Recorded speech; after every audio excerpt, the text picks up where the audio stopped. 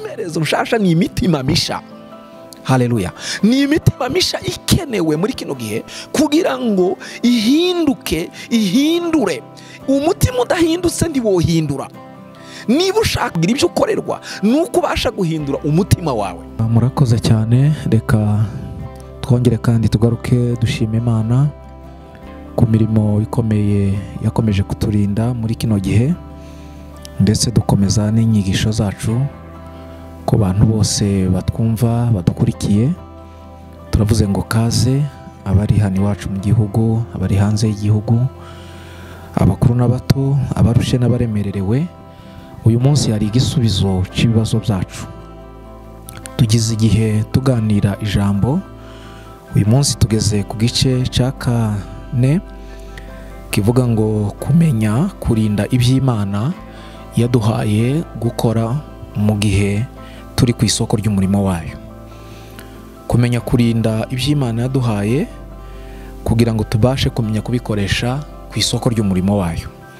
Turi busange ijambo twifashishe mu gitabo c'Abami ba kabiri, ni igice cya 2 umurongo wayo wa 19.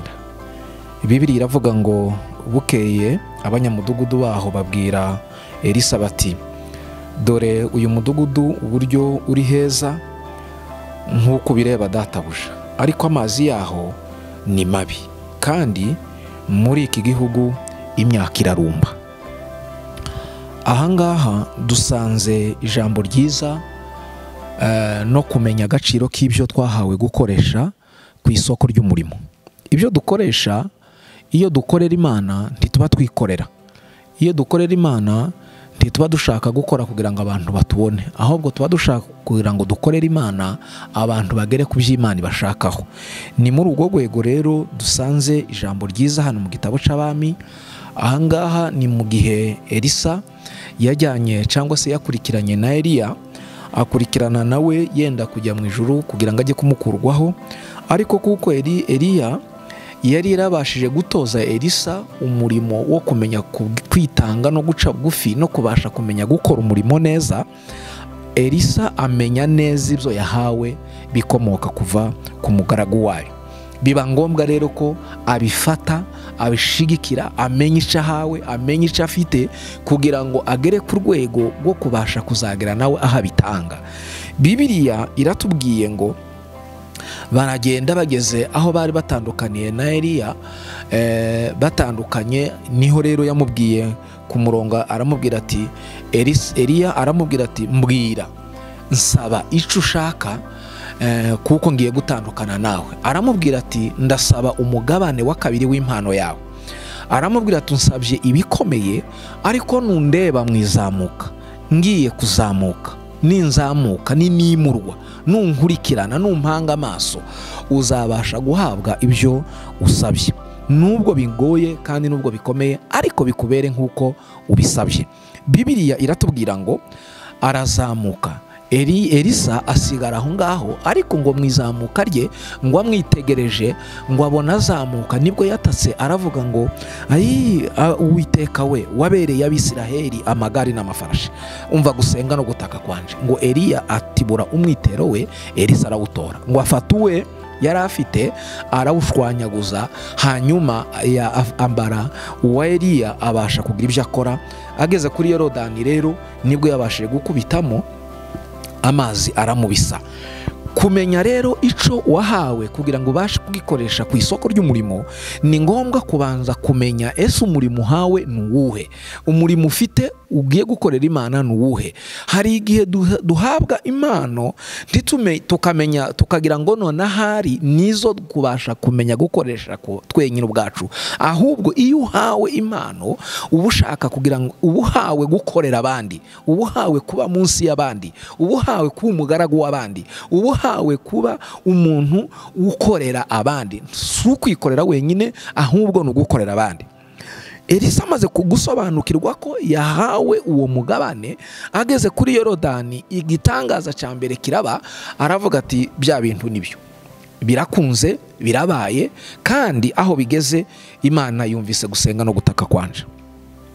Bibiliya iratubwiye ngo aragenda yigiye imbereho ngo aza guhura kandi ngo n'abahungu 40 bari aho ngaho b'Iyeriko, baramubwira ati nyamara tubonye neza umusobuja agukurwaho, reka twohereza aba bantu baje gushaka Eliya. Arababwira atoya nimumureke, iyo yagiye ndahazi.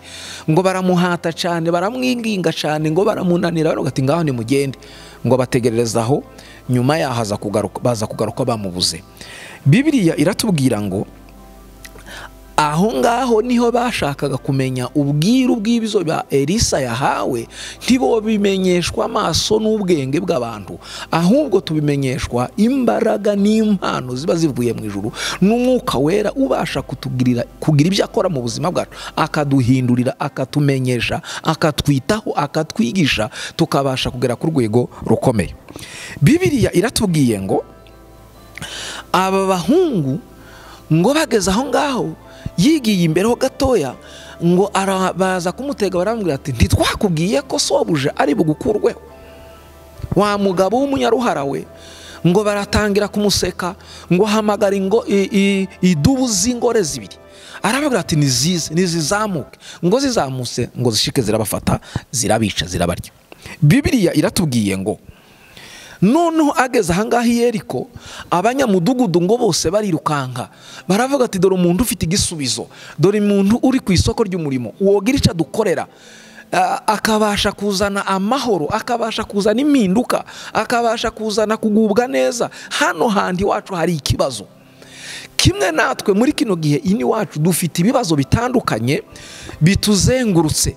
Hari ibibazo biri mu ngo zacu, hari ibibazo biri mu bihugu byacu, hari indwara z'ibyorezo, hari ibibazo bitandukanye. Ninde wabasha kuzana igisubizo? Ninde muntu umenya ko agaciro k'iby'Imana yamuhaye kugira ngo abashe kubikoresha muri kino gihe? Bibiliya iratubwira ngo abanyamudugudu ngo bukeye bwaho, abanyamudugudu ngo baho baramubwira bati dore uyu mudugudu ukuntu uri ahantu heza databuja, ariko amazi y'aha ngaha ararura, ndetse n'imyaka y'aha irarumba. Dufite ibibazo bituzengurutse, ariko kandi dufite n'abantu bafite ibisubizo, nuko gusa batabasha kumenya ko aribo bahawe ico gisubizo kugira ngo bakigeze ku baturage cyangwa se ku bakristo. Bibiliya itubwiye neza, uramutse wimenye, uramutse wisobanukiwe, ukamenya ko ari wowe uri ku isoko ry'umurimo, uhawe, ufashe, uhagaze kugira ngo uhangane n'ibibazo bihari. Si igihe cyo gushakisha amafaranga, si n'igihe cyo gukorera ingo zacu gusa. Tugomba kurenga imbago z'ingo zacu, tukarenga imbago z'igihugu cyacu, tukarenga imbago z'isi, tukabasha guhagarara aho duhagaze, tukaba igisubizo cy'isi. Niho Elisa Bibiliya itubwiye ngo ahamagara abantu, aravuga ati nimuze. Bamaze kuhashika, Bibiliya iratubwiye ngo arababwira ngo nimugende munzanire imperezo nshasha, muzane n'umunyu. Ngo barazamuka baja ku isoko. Ibibazo dufite uyu munsi nuko turi mu gukemurira ibibazo mu bwenge bwacu, naho uhawe ikindi kintu gikomeye mu gukorera abandi, ahubwo ubaye umugaragu wo kubasha gukorera abandi mu gihe bakeneye ibizo bifuza. Bibiliya iratubwira ngo nimuzane imperezo. Imperezo nshasha ni imitima misha. Haleluya. Ni imitima misha ikenewe muri kino gihe kugira ngo ihindure. Umutima udahindutse ntiwahindura. Niba ushaka kugira ngo ubashe kugira ibyo ukorerwa, nuko ubasha guhindura umutima wawe, ubuzima bwawe bugahinduka, hakaba impinduka. Bibiliya itubwira ko hari abantu benshi babashije gutekereza ko ari bo bari ku isoko ry'umurimo, babasha guhagarara mu gihe cyabo, bamenya agaciro k'ibyo bahawe, ndetse babasha kubikoresha neza. Amen. Niyo mpamvu dusanga benshi muri Bibiliya. Bibiliya itubwira abagabo benshi dusanga ahangaha. Dusanga umugaragu wayo witwa Daniyeli. Daniyeli akimara kumenya ko ari we uri ku isoko ry'umurimo, abasha guhangana n'ibibazo bihari. Reka nkubwire ngo ntituzagera ku rwego rukomeye tutaraciye mu bikomeye. ntiwagera kure utaravuye kure. Kugira ngo uze kugera kure nuko utekereza aho wavuye ukicisha bugufi, ntuzamuka ari wewe ahubwo ukazamuka ari izina ry'Imana rihabwa icubahiro.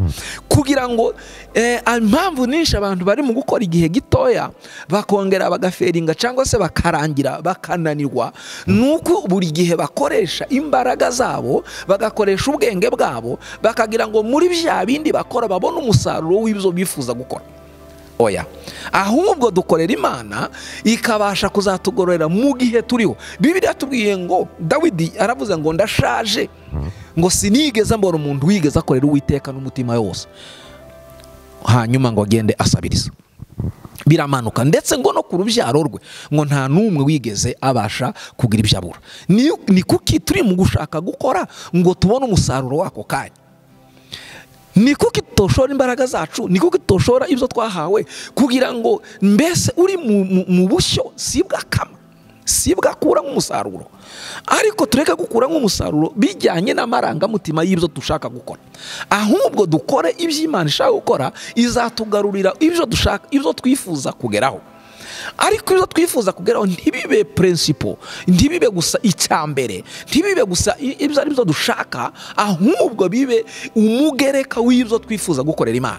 Nidukorera Imana tuzagera ku byo twifuza gukora, kugira ngo izina ry'Uwiteka rihabwe ikuzo, natwe ubwacu tuzazamuka mu byo Imana ishaka kudukoresha.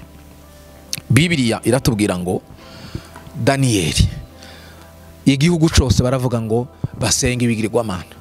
Aravuga ati njyewe ubwanjye sinashobora gusenga ikigirwamana, kuko Imana namenye, Imana nabonye, Imana nabonye, nayiboneye mu bihe bikomeye, nayiboneye mu bihe biruhije, ndetse kandi nabashije kubona no kugira neza kwayo. Aravuga ngo ndabasha gusenga. Bashaka impamvu mu buryo bwo gusenga, bamushakira impamvu mu buryo bwo gusenga. Ariko reka nkubwire, nibashaka impamvu mu buryo bwo gusenga, senga, ongera kandi usenge. Nusenga uzabasha kugera ku byo wifuza kugeraho mu gihe cyose ubasha gukorera Imana, mu gihe ushaka gukoreshwa nayo. Ariko ni wifuza kugera ku byo wifuza kugeraho, ntuzabigeraho kuko wifurije kugera ku byo ushaka kugeraho n'imbaraga zawe. Bibiliya itubwiye neza, Daniyeli atinda imbere y'Imana, ngo akingura amadirisha ngo yereke Yerusalemu, ngo asenga 3 ku munsi, kugeza aho bamufashe, bamuzanye bamugeje imbere y'umwami, baramubwira ati ngaho tugufashe mpiri, tugufatiye mu cyuho, ahasigaye urabivuga hiki. Aravuga ngo nubwo Imana itankiza, nzakomeza gukorera Uwiteka, nzakomeza gusenga. Imana nayibonyemo imbaraga zikomeye. Ndetse baramubwira ati yewe Daniyeli, turabona hariya barimo bashonjesheje intare kugira ngo zibashe kuzakurya.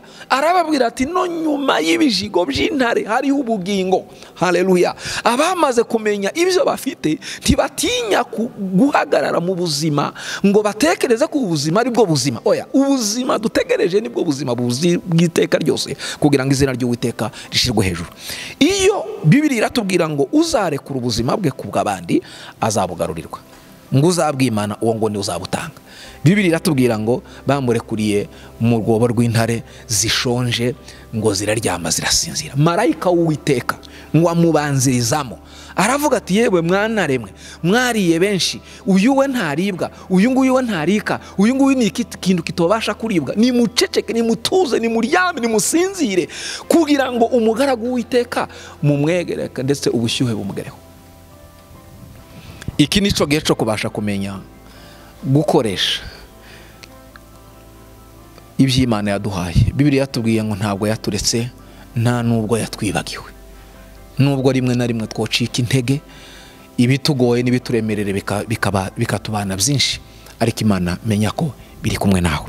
Daniyeli ngo yararanye n'intare, ngo bukeye mu gitondo umwami karekare ngo yibambura hakare, ngo aravuga ngo yewe Daniyeli mugabo ukundwa, mbese Imana ukorera ndetse Imana usenga yabashe kukurinda amenyo y'intare?